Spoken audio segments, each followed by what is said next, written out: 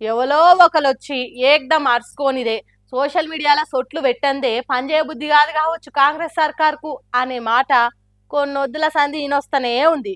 ఇగో ఇవాళ షాల్ చేసిన మోటార్ల ముచ్చట చూసినాక మళ్ళోసారి ఆ మాట నిజమే కావచ్చు అనుకుంటా గాంధీ భవన్ సైడ్ కూడా గట్టిగానే ఈనొస్తుంది. ఏ మాత్రం వెనక ముందు కాకుండా హరీష్ రావు సారు పక్కా లెక్కలతోని ఒక్క తీరుగా అరుచుకునే వరకలు ఇగో దేవాదుల ప్రాజెక్టుల మోటార్లు ఆన్ చేసిరట ఇట్లా.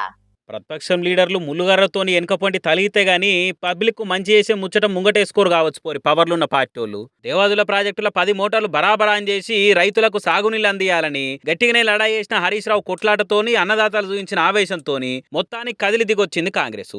5 మోటార్లు నడుస్తున్న దేవాదుల ప్రాజెక్టులో 9 మోటార్లు ఆన్ చేసి నీళ్లు వారిచ్చిరియాలి ఇట్లా. అయితే నెల 13 తారీఖు నాడు ప్రాజెక్టు కాడికి పని కట్టుకొని వచ్చి డిప్యూటీ సీఎం బట్టి సారు ఇంకా కడమ కాంగ్రెస్ మంత్రులు వచ్చి రేపే చాలు చేస్తున్నాం అన్ని మోటార్లు అని చెప్పిర్రు. నీళ్ళ మంత్రి ఉత్తమ్ సార్ మాట్లాడుకుంటా 10 మోటార్లు ఆన్ చేసి 22 రిజర్వాయర్లు నింపి 38 టీఎంసీల నీళ్లు ఎత్తుతామని చెప్పిండు. కానీ చెప్పి 10 దినాలే పత్తా లేకపాయ అనుకుంటా రైతులు కూడా రందులుండే వరకలా కార్ పార్టీకి వెళ్ళి హరీష్ రావు వరుసుకుంటూ గట్టిగానే మొన్న 22 రిజర్వాయర్లు నింపుతాం, 38 టీఎంసీల నీళ్లు ఎత్తుతాం, ప్రతి ఎకరానికి నీళ్లు ఇస్తాం.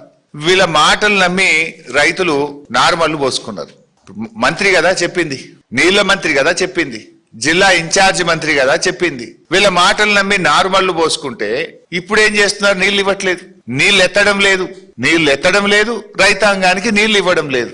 ఇలా పరిస్థితి ఏంటంటే మొత్తం నార్మల్లు ముదిరిపోతా ఉన్నాయి.